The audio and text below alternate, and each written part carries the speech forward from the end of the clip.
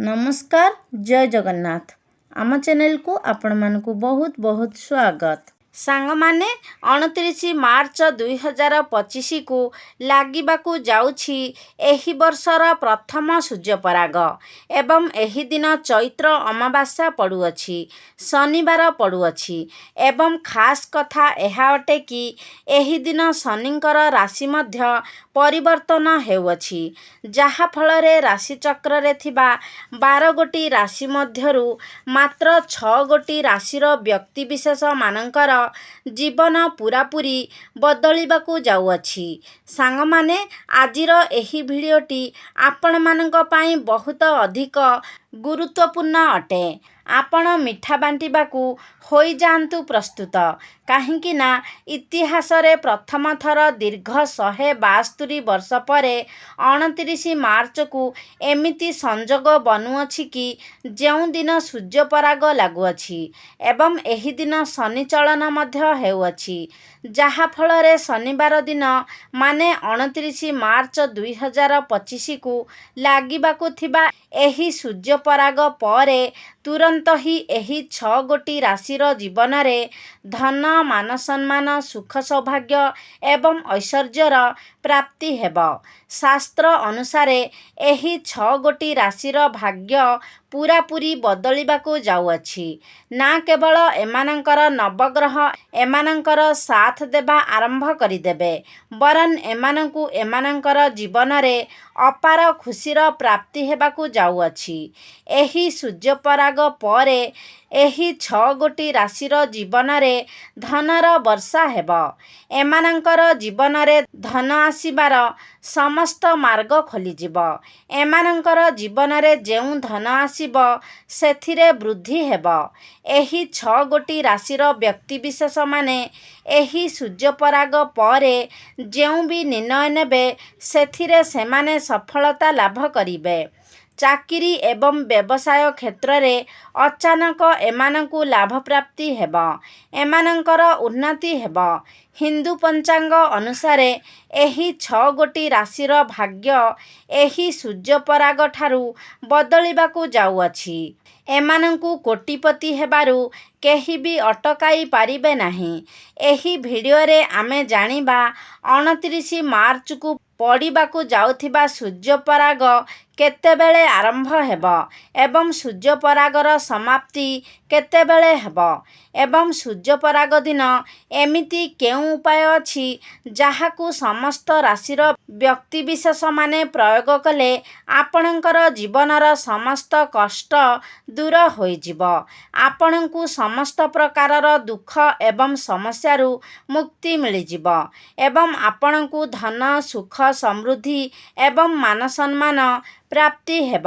एवं जानिबा सूर्यपराग दिन एमिति केउ भूल न करिबा उचित जहा द्वारा आपणकू बहुत समस्यार सामना करिबाकू पड़ी थाए। काहेकि ना जना अजाणतरे जदि आपण एही सूर्यपराग दिन एही सबू भूल करि दियंती तो आपणकू दुख समस्यार सामना करिबाकू पड़ी पारे। आगामी जीवन रे आपणकू दरिद्रतार सामना करिबाकू पड़ी पारे। सांग मानि नियंतु आपणकर जीवन रे धन आसीबा बंद होई जाइछि। आपणकर व्यापार रे क्षति हेउछि। आपणकर भाग्य आपणकर साथ देउ नाही। आपण सर्वदा बेमारी रे पड़ी रहुछंती। आपणक उपरे कौनसी व्यक्ति कला जादू करिअछि किंबा गुणीगारेणी करिअछि किंबा आपणकर कौनसी भी समस्या थाउ जदि आपण ज्योतिष शास्त्र अनुसारे सूर्यपराग दिन आपण जदि कौनसी उपाय करिबे सही उपायर लाभ आपणकू तुरंत प्राप्ति होई थाए एवं आपणकू आपणकर जीवनर समस्त प्रकारर कष्ट समस्यारू तुरंत मुक्ति मिलिजिब। एही समस्त विषय रे आज आमे एही भिडियो रे जानिबा एवं तापरे आमे जानिबा एमिति केउ 6 गोटी राशि अछंती जेउ मानकर भाग्य एही सूर्यपराग परठारू ବଦଳିବାକୁ ଯାଉଅଛି ଏବଂ ଭଗବାନ ସୂର୍ଯ୍ୟଦେବଙ୍କର ଆଶୀର୍ବାଦ ଆପଣଙ୍କୁ ପ୍ରାପ୍ତି ହେବ। ଏଥିପାଇଁ ଯଦି ଆପଣ ଚାହୁଁଛନ୍ତି କି ସୂର୍ଯ୍ୟଦେବ ଏବଂ ଭଗବାନ ଶନିଦେବଙ୍କର ଆଶୀର୍ବାଦ ଆପଣଙ୍କୁ ପ୍ରାପ୍ତି ହେଉ, ଶନିଦେବଙ୍କର ଆଶୀର୍ବାଦରୁ ଆପଣ ଆପଣଙ୍କର ଜୀବନରେ ବହୁତ ଉନ୍ନତି କରନ୍ତୁ, ପ୍ରଗତି କରନ୍ତୁ ଏବଂ ଆପଣଙ୍କୁ ସମାଜରେ ମାନ ସମ୍ମାନ ମିଳୁ, ମାନ ସମ୍ମାନ ପ୍ରାପ୍ତି ହେଉ, ତ ସାଙ୍ଗମାନେ ସଚ୍ଚା ହୃଦୟରେ ସଚ୍ଚା ଭକ୍ତିରେ ଭିଡ଼ିଓଟିକୁ ଲାଇକ୍ କରି ଚ୍ୟାନେଲଟିକୁ ସବସ୍କ୍ରାଇବ୍ କରିଦିଅନ୍ତୁ। କମେଣ୍ଟ ବକ୍ସରେ ଭକ୍ତି ଓ ଶ୍ରଦ୍ଧାର ସହିତ ଜୟ ଶନିଦେବ, ଜୟ ମା ଲକ୍ଷ୍ମୀ ନିଶ୍ଚୟ ଲେଖନ୍ତୁ। ସାଙ୍ଗମାନେ, ବର୍ଷର ପ୍ରଥମ ସୂର୍ଯ୍ୟପରାଗ କୌଣସି ମାମୁଲି ସୂର୍ଯ୍ୟପରାଗ ହେବ ନାହିଁ, ବରଂ ଏହା ଏକ ମହା ସୂର୍ଯ୍ୟପରାଗ ହେବାକୁ ଯାଉଅଛି, ଯାହାକି 29 ମାର୍ଚ୍ଚ 2025 ଶନିବାର ଦିନ ପଡ଼ିବାକୁ ଯାଉଅଛି ଏବଂ ଏହି ଦିନ ଚୈତ୍ର ଅମାବାସ୍ୟା ମଧ୍ୟ ପଡ଼ୁଅଛି। ଧାର୍ମିକ ମାନ୍ୟତା ଅନୁସାରେ ଏହି ସୂର୍ଯ୍ୟପରାଗ ସମୟରେ ସମସ୍ତ ଦୈବୀ ଶକ୍ତିମାନଙ୍କର ପ୍ରଭାବ କମ୍ ହୋଇଯାଇଥାଏ। ବର୍ଷର ପ୍ରଥମ ସୂର୍ଯ୍ୟପରାଗ 29 ମାର୍ଚ୍ଚ 2025କୁ ରାତ୍ରି 9:01 ଆରମ୍ଭ ହେବ ଏବଂ ଏହାର ସମାପ୍ତି ମଧ୍ୟ ରାତ୍ରି 2:02 ହେବ।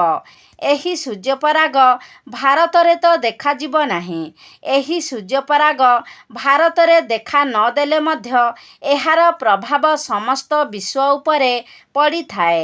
ଏହାର ପ୍ରଭାବ ସମସ୍ତ ରାଶିମାନଙ୍କ ଉପରେ ପଡ଼ିଥାଏ ଏବଂ ଏହି ଦିନ ଯଦି କୌଣସି ଉପାୟ କରାଯାଏ ତ ସେହି ଉପାୟର ପ୍ରଭାବ ଆପଣଙ୍କୁ ତୁରନ୍ତ ହିଁ ପ୍ରାପ୍ତି ହୋଇଥାଏ। ଏବଂ ସାଙ୍ଗମାନେ, ଯେତେବେଳେ ସୂର୍ଯ୍ୟପରାଗ ହୋଇଥାଏ ସେତେବେଳେ ସୂର୍ଯ୍ୟଦେବ ନିଜର ରାଶି ପରିବର୍ତ୍ତନ କରିଥାନ୍ତି। ଏହାର ପୁରା ପ୍ରଭାବ 12 ଗୋଟି ରାଶି ଉପରେ ପଡ଼ିଥାଏ। ସାଙ୍ଗମାନେ, ଯେଉଁ ବ୍ୟକ୍ତିର କୁଣ୍ଡଳୀରେ ସୂର୍ଯ୍ୟ ଭଲ ସ୍ଥିତିରେ ଥାନ୍ତି, ବଳବାନ ଥାନ୍ତି, ସେହି ବ୍ୟକ୍ତି ଜୀବନରେ ବହୁତ ଉନ୍ନତି କରିଥାଏ। ଭାଗ୍ୟ ସବୁବେଳେ ତାଙ୍କର ସାଥ ଦେଇଥାଏ ଏବଂ ସେମାନଙ୍କୁ ସମାଜରେ ମାନ ସମ୍ମାନ ପ୍ରାପ୍ତି ହୋଇଥାଏ। ଏବଂ ଏହିଥର ଯେମିତି ସୂର୍ଯ୍ୟପରାଗ ଲାଗିବ, ତୁରନ୍ତ ହିଁ ଏହି 6 ଗୋଟି ରାଶିର ଭାଗ୍ୟ ସମ୍ପୂର୍ଣ୍ଣ ଭାବରେ ବଦଳିଯିବ। ଏବେ ଜାଣିବା ସୂର୍ଯ୍ୟପରାଗ ଦିନ କେଉଁ ଉପାୟ କରିବା ଦ୍ୱାରା ଆପଣଙ୍କର ଭାଗ୍ୟ ଚମକି ଉଠିଥାଏ, ଆପଣ ଜୀବନରେ ବହୁତ ଉନ୍ନତି କରିଥାନ୍ତି। ଏବଂ ଏହାପରେ ଜାଣିବା କେଉଁ 6 ଗୋଟି ରାଶି ଏମିତି ଅଛନ୍ତି ଯେଉଁମାନଙ୍କର ଭାଗ୍ୟ ଏହି ସୂର୍ଯ୍ୟପରାଗ ଠାରୁ ବଦଳିବାକୁ ଯାଉଅଛି। ସେଥିପାଇଁ ଭିଡ଼ିଓକୁ ଶେଷ ପର୍ଯ୍ୟନ୍ତ ନିହାତି ଦେଖନ୍ତୁ। ସାଙ୍ଗମାନେ, ମନେ ରଖନ୍ତୁ, ଯେତେ ସମୟ ପର୍ଯ୍ୟନ୍ତ ସୂର୍ଯ୍ୟପରାଗ ଲାଗି ରହିବ, ନା ତ ଆପଣ ଘରେ ଖାଇବା ବନାଇବେ, ନା ତ ଆପଣ ନିଜେ ଖାଇବେ। ଦ୍ୱିତୀୟରେ, ଏହି ସୂର୍ଯ୍ୟପରାଗ ସମୟରେ ମହିଳାମାନେ ନିଜର ଚୁଟିରେ ତେଲର ବ୍ୟବହାର କରନ୍ତୁ ନାହିଁ। ଏହାକୁ ବହୁତ ଅଶୁଭ ମାନାଯାଇଥାଏ ଏବଂ ଏହି ସୂର୍ଯ୍ୟପରାଗ ସମୟରେ ଆପଣ ଆପଣଙ୍କର ଘରେ କଇଁଚି, ଚାକୁ ଏବଂ ଛୁରୀର ବ୍ୟବହାର କରନ୍ତୁ ନାହିଁ, ନହେଲେ ଏହାର ସିଧା ପ୍ରଭାବ ଆପଣଙ୍କର ଆର୍ଥିକ ସ୍ଥିତି ଉପରେ ପଡ଼ିପାରେ। ଏବଂ ଆପଣଙ୍କର ଯଦି ବିବାହ ହୋଇସାରିଛି ତ ଆପଣ ଏହି ସୂର୍ଯ୍ୟପରାଗ ସମୟରେ ଭୁଲରେ ବି ଶାରୀରିକ ସମ୍ପର୍କ ରଖନ୍ତୁ ନାହିଁ। ଏହାଦ୍ୱାରା ଆପଣଙ୍କୁ କେତେ ପ୍ରକାରର ଦୋଷର ସାମ୍ନା କରିବାକୁ ପଡ଼ିବ। ସବୁଠାରୁ ପ୍ରଥମ ଉପାୟ ଯାହା ଆମେ ଆପଣଙ୍କୁ କହିବାକୁ ଯାଉଛୁ, ତାହା ହେଉଛି କରଜରୁ ମୁକ୍ତି ପାଇବାର ମହା ଉପାୟ। ସାଙ୍ଗମାନେ, ମାନିନିଅନ୍ତୁ ଆପଣ କୌଣସି ଏମିତି କରଜ ନେଇଛନ୍ତି ଯାହାକୁ ଆପଣ ଯେତେ ଚେଷ୍ଟା କଲେ ମଧ୍ୟ ଶୁଝିପାରୁ ନାହାନ୍ତି। ଦିନକୁ ଦିନ ଆପଣଙ୍କର ଚିନ୍ତା ବଢ଼ିବାକୁ ଯାଉଅଛି, ଆପଣ ଆର୍ଥିକ କଷ୍ଟରେ ଫସିଯାଇଛନ୍ତି ଏବଂ ଆପଣଙ୍କର ଜୀବନରେ ଧନ ଆସିବା ବନ୍ଦ ହୋଇଯାଇଛି ଏବଂ ଆପଣ ଏହିସବୁ ଜିନିଷକୁ ନେଇ ବହୁତ ଚିନ୍ତାରେ ଅଛନ୍ତି। ତ ସୂର୍ଯ୍ୟପରାଗ ଯେମିତି ହିଁ ରାତ୍ରି 9:01 ଆରମ୍ଭ ହେବ, ସେହି ସମୟରେ ଆପଣ ଗୋଟେ ଲାଲ କପଡ଼ା ନିଅନ୍ତୁ ଏବଂ ସେହି ଲାଲ କପଡ଼ା ଉପରେ 1 ମୁଠି ଲବଙ୍ଗ ରଖିଦିଅନ୍ତୁ ଏବଂ ସେହି କପଡ଼ାର ଗୋଟିଏ ପୁଟୁଳି ବନାଇ ଦିଅନ୍ତୁ ଏବଂ ନିଜର ଘରର ପୂଜା ଘରେ ରଖିଦିଅନ୍ତୁ। ଏହାର ପରଦିନ ମାନେ 30 ମାର୍ଚ୍ଚକୁ ଆପଣ ଏହି ପୁଟୁଳିଟିକୁ ନେଇ କୌଣସି ବି ମନ୍ଦିର ବାହାରେ ବସିଥିବା ଭିକାରୀମାନଙ୍କୁ ଦାନ କରିଦିଅନ୍ତୁ। ଏତିକି ଉପାୟ ଯଦି ଆପଣ ଏହି ସୂର୍ଯ୍ୟପରାଗ ସମୟରେ କରିଦିଅନ୍ତି ତ ବିଶ୍ୱାସ କରନ୍ତୁ ଆପଣଙ୍କୁ ସମସ୍ତ କରଜରୁ ମୁକ୍ତି ମିଳିଯିବ। ଦେଖିବେ 1 ମାସ ଭିତରେ ଆପଣ ସମସ୍ତ କରଜରୁ ମୁକ୍ତି ପାଇଯିବେ। ଆପଣଙ୍କର ଜୀବନରେ ଧନ ଆସିବା ଆରମ୍ଭ ହୋଇଯିବ। ଆପଣ ଜୀବନରେ ବହୁତ ଉନ୍ନତି କରିବେ। ଧନ ଆସିବାର ସମସ୍ତ ମାର୍ଗ ଖୋଲିଯିବ। ସାଙ୍ଗମାନେ, ଯଦି ଆପଣଙ୍କର ଘରେ ନକାରାତ୍ମକ ଶକ୍ତିର ପ୍ରଭାବ ପଡ଼ିଯାଇଛି, ଆପଣଙ୍କର ଘର ଉପରେ କୌଣସି ବ୍ୟକ୍ତି କଳା ଯାଦୁ କରୁଅଛି, ଯାହା ପାଇଁ ଆପଣ ଚିନ୍ତାରେ ଅଛନ୍ତି, ସମସ୍ୟାରେ ଅଛନ୍ତି, ତ ଆପଣ ଏହି ସୂର୍ଯ୍ୟପରାଗ ଦିନ ଗୋଟିଏ ନଡ଼ିଆ କିଣିକି ନେଇ ଆସନ୍ତୁ ଏବଂ ଏହି ନଡ଼ିଆକୁ ନେଇ ଘରର ସମସ୍ତ ସଦସ୍ୟଙ୍କର ମୁଣ୍ଡରେ ଛୁଆଇକି ଏହି ନଡ଼ିଆକୁ ନେଇ ନିଜର ଠାକୁର ଘରେ ରଖିଦିଅନ୍ତୁ ଏବଂ ତା ପରଦିନ ମାନେ 30 ମାର୍ଚ୍ଚକୁ ଏହି ନଡ଼ିଆକୁ ନେଇ ଆପଣ ମନ୍ଦିରରେ ଥିବା ପୂଜାରୀକୁ ଦେଇ ଦିଅନ୍ତୁ। ଦେଖିବେ ଏତିକି ଉପାୟ କରିବା ଦ୍ୱାରା ଆପଣଙ୍କର ଘର ଉପରେ କାହାରି ବି କୁଦୃଷ୍ଟି ପଡ଼ିବ ନାହିଁ।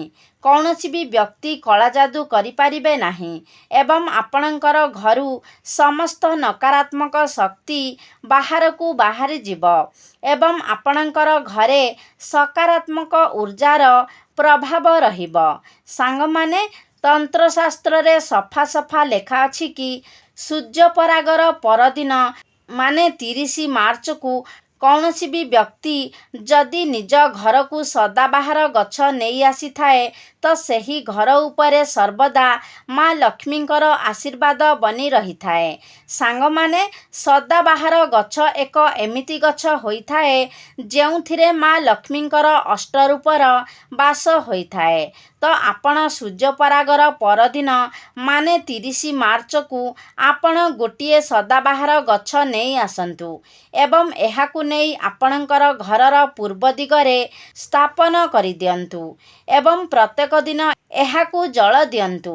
ଏତିକି ଉପାୟ ଯଦି ଆପଣ କରିଦିଅନ୍ତି ତ ବିଶ୍ୱାସ କରନ୍ତୁ ମା ଲକ୍ଷ୍ମୀଙ୍କର ଆଶୀର୍ବାଦ ଆପଣଙ୍କୁ ସର୍ବଦା ପ୍ରାପ୍ତି ହେବ। ଆପଣ ଜୀବନରେ ବହୁତ ଉନ୍ନତି କରିବେ। ଆପଣଙ୍କ ଜୀବନରେ ଧନ ଆସିବା ଆରମ୍ଭ ହୋଇଯିବ ଏବଂ ଆପଣଙ୍କର ଘରେ କେବେ ବି ଧନର କମି ହେବ ନାହିଁ। ତ ସବୁଠୁ ପ୍ରଥମ ରାଶି ଯେଉଁମାନଙ୍କର ଭାଗ୍ୟ ଏହି ସୂର୍ଯ୍ୟପରାଗ ପରଠାରୁ ବଦଳିବାକୁ ଯାଉଅଛି ତାହା ହେଉଛି ମକର ରାଶି। ଏହି ସୂର୍ଯ୍ୟପରାଗ ପରେ ଏହି ରାଶିର ବ୍ୟକ୍ତିବିଶେଷମାନଙ୍କର ଭାଗ୍ୟ ପ୍ରବଳ ହୋଇଯିବ। ଆପଣଙ୍କ ଜୀବନରେ ଧନୀ ହେବାରୁ ଆପଣଙ୍କୁ କେହି ବି ରୋକିପାରିବେ ନାହିଁ। ଆପଣଙ୍କୁ ମା ଲକ୍ଷ୍ମୀଙ୍କର ଆଶୀର୍ବାଦ ପ୍ରାପ୍ତି ହେବ। ଆପଣଙ୍କର ନବଗ୍ରହ ଆପଣଙ୍କର ସାଥ ଦେବା ଆରମ୍ଭ କରିଦେବେ। ଆପଣ ଯଦି କୌଣସି ଚାକିରି ପାଇଁ ସମସ୍ୟାରେ ଥିଲେ, ଚିନ୍ତାରେ ଥିଲେ, ଆପଣଙ୍କର ଚାକିରି ହୋଇପାରୁନଥିଲା, ତେବେ ଆପଣଙ୍କୁ ଏହି ସୂର୍ଯ୍ୟପରାଗ ପରେ ଆପଣଙ୍କୁ ମନ ଚାହୁଁଥିବା ଚାକିରି ମଧ୍ୟ ପ୍ରାପ୍ତି ହୋଇଯିବ। ଭଗବାନ ସୂର୍ଯ୍ୟଦେବଙ୍କର ଆଶୀର୍ବାଦରୁ ଆପଣଙ୍କର ଜୀବନରେ ଏକ ଏମିତି ପରିବର୍ତ୍ତନ ହେବାକୁ ଯାଉଅଛି କି ଯାହାଫଳରେ ଆପଣଙ୍କର ଜୀବନରେ ଥିବା ସମସ୍ତ ସମସ୍ୟା ଦୂର ହୋଇଯିବ। ବ୍ୟାପାର ବାଣିଜ୍ୟ କ୍ଷେତ୍ରରେ ଆପଣ ଯଥେଷ୍ଟ ଉନ୍ନତି କରିବେ। ପୂରାପୂରି ଭାବରେ ଆପଣଙ୍କର ଭାଗ୍ୟ ବଦଳିଯିବ। ଦ୍ୱିତୀୟ ରାଶିଟି ହେଉଛି ତୁଳା ରାଶି।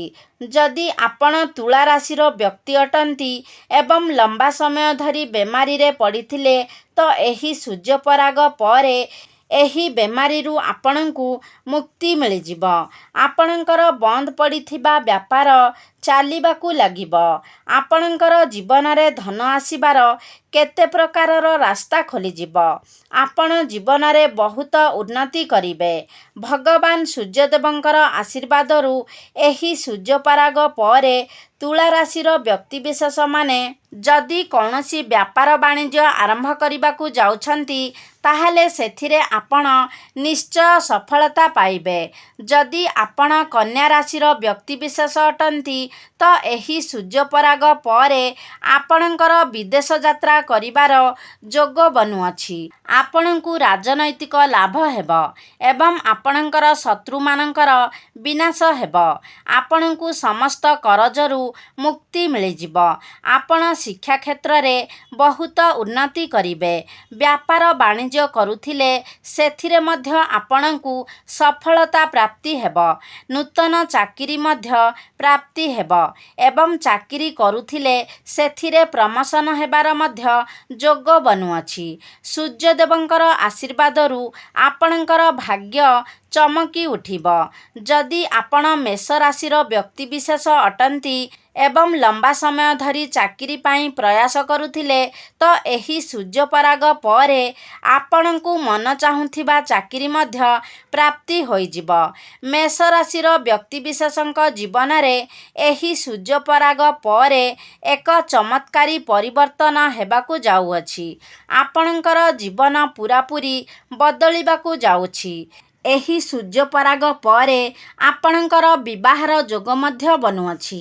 ଆପଣ ଯଦି କୌଣସି ଜମି କିଣାବିକା କରିବାକୁ ଚାହୁଁଥିଲେ ତାହେଲେ ଏହି ସୂର୍ଯ୍ୟପରାଗ ପରର ସମୟ ଆପଣଙ୍କ ପାଇଁ ବହୁତ ଭଲ ଅଛି। ଆପଣ କୌଣସି ନୂତନ ଯାନବାହନ କ୍ରୟ ବିକ୍ରୟ କରିପାରନ୍ତି। ନୂତନ ଘର ବା ଜମି ଇତ୍ୟାଦି କିଣିପାରନ୍ତି। ଆପଣ ଯଦି ବ୍ୟାପାର କରୁଛନ୍ତି ସେଥିରେ ଆପଣଙ୍କୁ ଯଥେଷ୍ଟ ଉନ୍ନତି ପ୍ରାପ୍ତି ହେବ ଏବଂ ବେରୋଜଗାର ଥିବା ଲୋକମାନଙ୍କୁ ନୂତନ ଚାକିରି ମଧ୍ୟ ପ୍ରାପ୍ତି ହୋଇପାରେ ଏବଂ ଆପଣଙ୍କୁ ଆକସ୍ମିକ ଧନ ପ୍ରାପ୍ତି ହୋଇପାରେ। ଯଦି ଆପଣ ସିଂହ ରାଶିର ବ୍ୟକ୍ତିବିଶେଷ ଅଟନ୍ତି ତ ଏହି ସୂର୍ଯ୍ୟପରାଗ ପରେ ଆପଣଙ୍କର ଭାଗ୍ୟ ପ୍ରବଳ ହୋଇଯିବ। ଆପଣ ଯେଉଁ ବି କାର୍ଯ୍ୟ ଆରମ୍ଭ କରିବେ ସେଥିରେ ଆପଣଙ୍କୁ ସଫଳତା ଅବଶ୍ୟ ପ୍ରାପ୍ତି ହେବ। ଆପଣଙ୍କୁ ନୂତନ ଚାକିରି ପ୍ରାପ୍ତି ହୋଇପାରେ। ଆପଣଙ୍କୁ ରାଜନୈତିକ ଲାଭ ମଧ୍ୟ ପ୍ରାପ୍ତି ହେବ। ସମାଜରେ ଆପଣଙ୍କର ମାନସମ୍ମାନ ବଢ଼ିବ।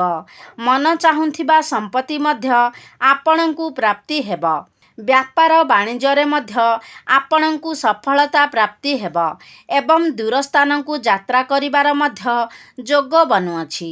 ଏହି ସୂର୍ଯ୍ୟପରାଗ ପରେ ଆପଣଙ୍କର ମନର ଇଚ୍ଛା ପୂରଣ ହେବାକୁ ଯାଉଛି। ଆପଣଙ୍କୁ ଆକସ୍ମିକ ଧନ ପ୍ରାପ୍ତି ହୋଇପାରେ। ଯଦି ଆପଣଙ୍କର କୁମ୍ଭ ରାଶି ହୋଇଥାଏ ତାହେଲେ ଏହି ସୂର୍ଯ୍ୟପରାଗ ପରେ ଆପଣଙ୍କର ଭାଗ୍ୟ ପୂରାପୂରି ବଦଳିବାକୁ ଯାଉଅଛି। ଆପଣଙ୍କ ଉପରେ ମା ଲକ୍ଷ୍ମୀଙ୍କର ଆଶୀର୍ବାଦ ରହିବାକୁ ଯାଉଅଛି ଯାହାଫଳରେ ଆପଣଙ୍କର ଜୀବନରେ ଧନ ଆସିବାର ସମସ୍ତ ମାର୍ଗ ଖୋଲିଯିବ। ଯେଉଁମାନେ ବେରୋଜଗାର ଅଛନ୍ତି, ଯେଉଁମାନଙ୍କୁ କୌଣସି କର୍ମ ପ୍ରାପ୍ତି ହେଉନାହିଁ ତ ସେମାନଙ୍କୁ ନୂତନ କର୍ମ ପ୍ରାପ୍ତି ହୋଇପାରେ ଏବଂ ଯେଉଁମାନେ ବ୍ୟାପାର ବାଣିଜ୍ୟ କରୁଛନ୍ତି ସେମାନଙ୍କୁ ସେଥିରେ ଯଥେଷ୍ଟ ଫାଇଦା ମିଳିବ। ଚାକିରି କ୍ଷେତ୍ରରେ ଏମାନଙ୍କୁ ପ୍ରମୋଶନ ହେବାର ମଧ୍ୟ ଯୋଗ ବନୁଅଛି। ସମାଜରେ ଏମାନଙ୍କର ମାନସମ୍ମାନ ପ୍ରତିଷ୍ଠା ବଢ଼ିବ।